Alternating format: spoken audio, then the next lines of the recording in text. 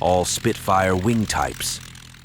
The A-type was the original wing design, with 8 .303 caliber Browning machine guns with 300 rounds per gun, RPG.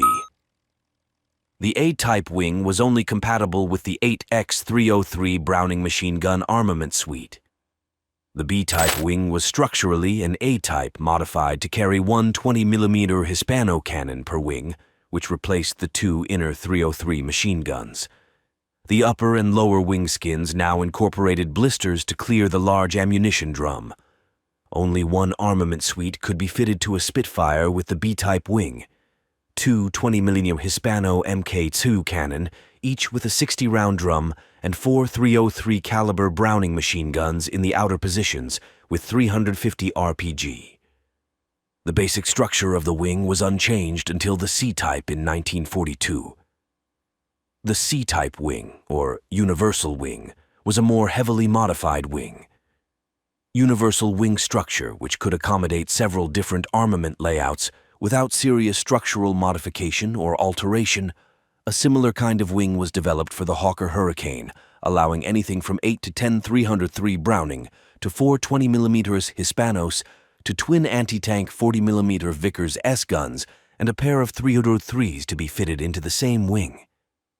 The universal wing could accept A, B, C, or E-type armament configuration.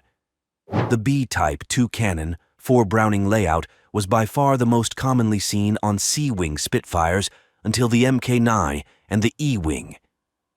Differences in the C-wings include a second cannon bay added directly alongside the first, and the number 3 Browning gun being moved slightly outboard from ribs 13 to 14, making the 2 outer machine guns closer together than in the older B-type wing. C variants with the same armament as the B-type are often called B variants, even though it's technically a C, and structurally it is different than the older B-wing Spitfire. The universal wing also took into account the fact that the Hispano cannon had been converted to belt feed, a move which allowed each cannon to carry double the ammunition load, or 120 RPG in ammunition trays instead of 60 RPG. The D-type was modified for use on unarmed, long-range photo reconnaissance versions of the Spitfire, such as the PRMK-ID, with weapon bays left empty, and the relatively heavy-skinned leading-edge wing structure ahead of the main spar converted to integral auxiliary fuel tanks capable of carrying 66 +1 2 Imperial gallons, 300L, in addition to that stored in the fuselage tanks ahead of the cockpit. The E-type, the majority of MK9s of all types, used the standard C-wing, which could carry 4 20mm Hispano cannon with 120 RPG, or 2 20mm cannon, and 4 .303 machine guns. From 1944, some were built with the E-wing, which replaced the 4 machine guns with 2 50 Browning M2 machine guns with 250 RPG in the inner bays. The 303 machine guns mounted in the outer wings were no longer fitted, because rifle-caliber bullets were ineffective against heavily armored aircraft.